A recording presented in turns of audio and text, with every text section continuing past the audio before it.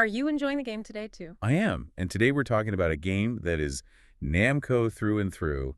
We're diving deep into their 1985 horizontal scrolling shooter, SkyKid. Ah, SkyKid. This is a game that is the absolute definition of a wolf in sheep's clothing. It really is. It looks so cute, so harmless. It was huge in the arcades, but it really exploded in popularity when it hit the Famicom. And that's our mission today, right? To sort of unpack that contradiction. We've got this game with pilots named Red Baron and Blue Max flying around a world called Birdland. Cheerful, yeah. But the gameplay is just punishing. It's so technically demanding.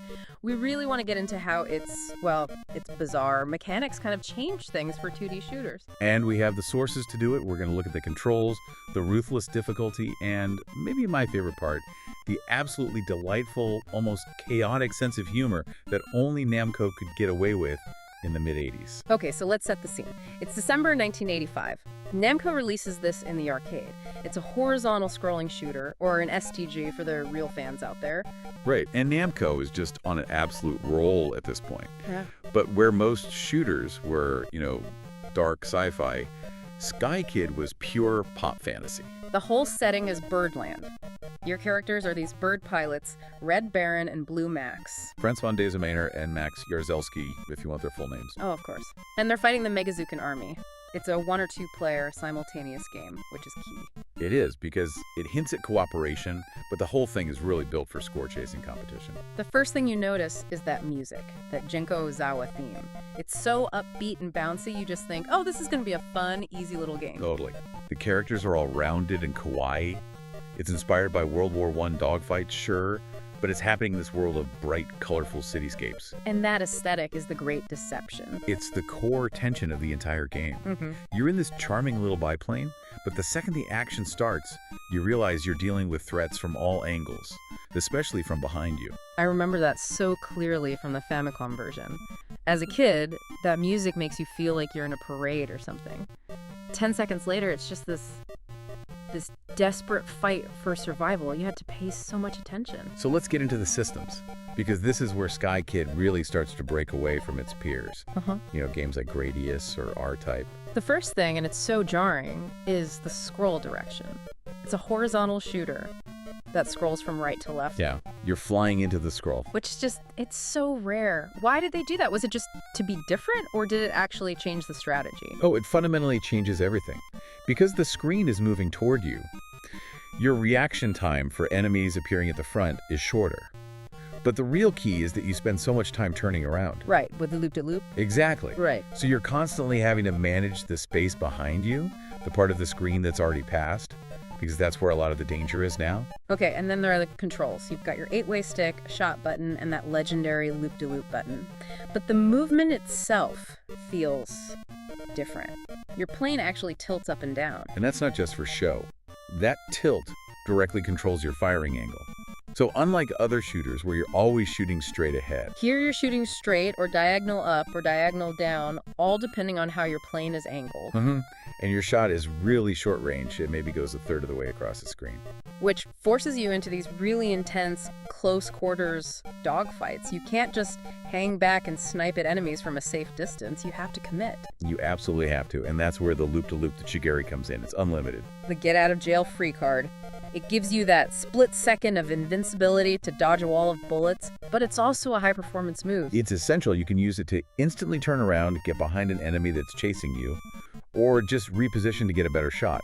It's this incredible tool for survival and defense. It makes the game feel so dynamic. But Namco, being Namco, wasn't about to let you just rely on that forever. No, because the real mission wasn't just survival. The core of the game is the bombing run. Right. Every stage, you get that big get the bomb message. You have to pick up this huge bomb and then drop it on a specific target, a factory, a green battleship, something like that. And the sources are really clear on this. For the big points, the massive 10,000 point bonus, you have to hit the dead center of the target. Just grazing it isn't good enough. And here it is, the most brutal strategic twist in the entire game. The second you pick up that bomb, Your loopy-loop is gone. disabled completely. It's a genius move.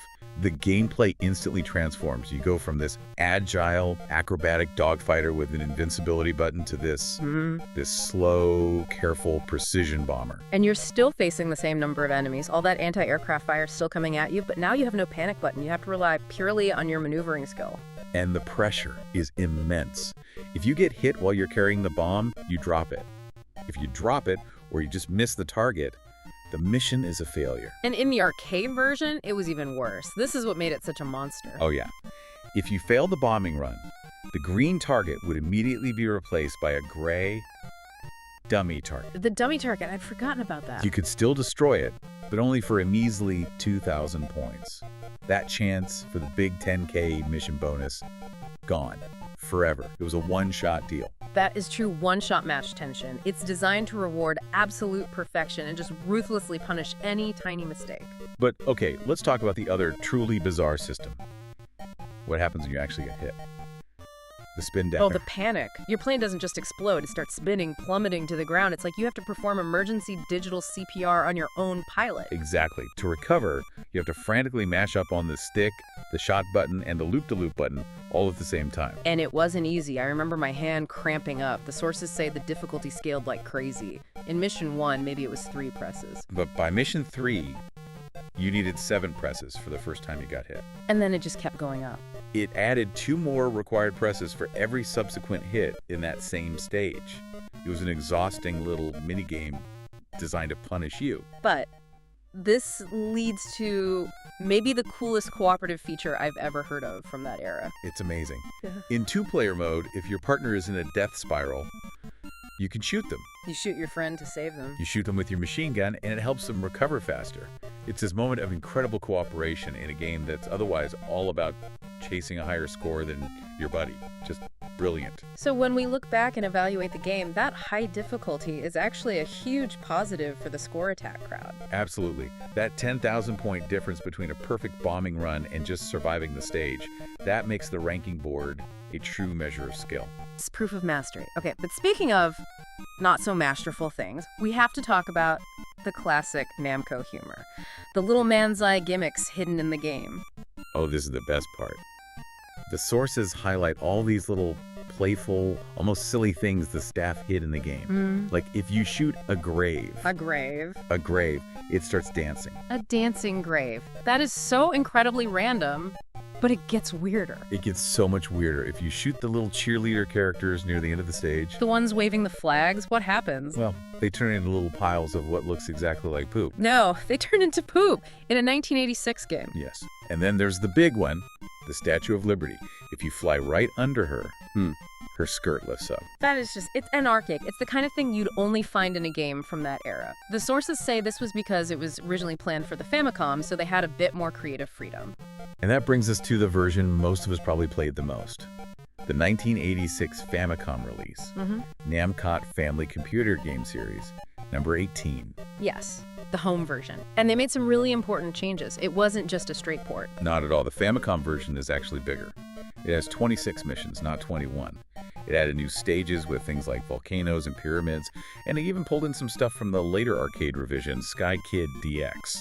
And thankfully for my childhood self, they relaxed the difficulty a bit. The enemy bullets are a little slower, which makes a huge difference when you're just learning the patterns. But the single biggest change, the most important one for home players, was getting rid of the dummy target. Thank goodness. In the Famicom version, there's no one-shot match. Every successful bombing gives you the full 10,000 points. You weren't punished forever for one little mistake. And they gave us a break. I remember this feeling of relief.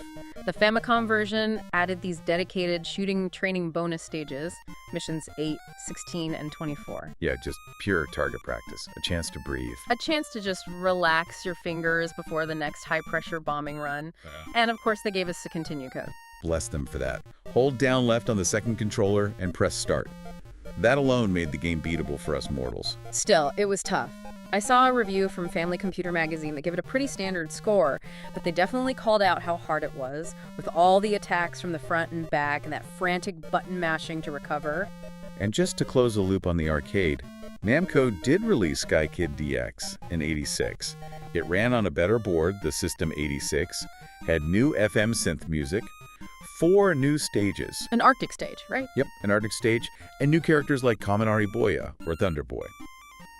Both versions, thankfully, are easy to play today on modern consoles through arcade archives. The game really got around. It was on Super Cassette Vision, Game Boy, all the Namco Museum compilations. It's a preserved piece of history. And its legacy is really broad and kind of weird. For starters, there's the baseball connection. Oh yeah, tell us about this. So that super catchy main theme song was adopted as the cheering song for a professional baseball player, Go Yoshida of the Kintetsu Buffaloes. That's amazing. And because of that, they actually put the song into the game, Famista 93, as his personal theme. It eventually became the theme for the fictional Namco Stars team in that series. So the legacy lives on in another classic Namco franchise. What about in other games? Well, that button-matching recovery system was directly homaged in a 2001 Sony game called Sky Gunner. But the biggest love letter comes from Namco's own flagship series, Ace Combat. I've heard about these Easter eggs. They're everywhere.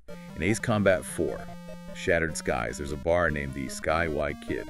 In Ace Combat 5, The Unsung War, a character has a SkyKid poster on their wall. And in Ace Combat 6. Ace Combat 6, Fires of Liberation. You can find Allied pilots flying with the call signs SkyKid, Red Baron, and Blue Max.